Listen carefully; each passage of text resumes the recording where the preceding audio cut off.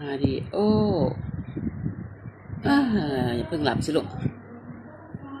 โมจิอาบน้ำแล้วขนก็สวยแล้วขนฟูสวยแล้วขนแห้งแล้ว สวัสดีครับทุกคนเจอกับหนุ่มติ๊กต็อก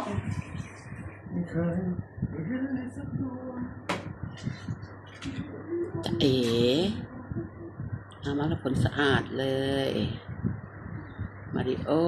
นั่นจะหลับอีกแล้วมาริโอจะง่วงตลอดเวลาเลยจีนะแล้ววันนินทาอีกจะหลับไม่สนละหลับละมาริโอ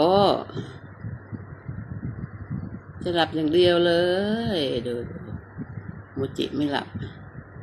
ดูโอทำที่เขาพักผ่อนหนู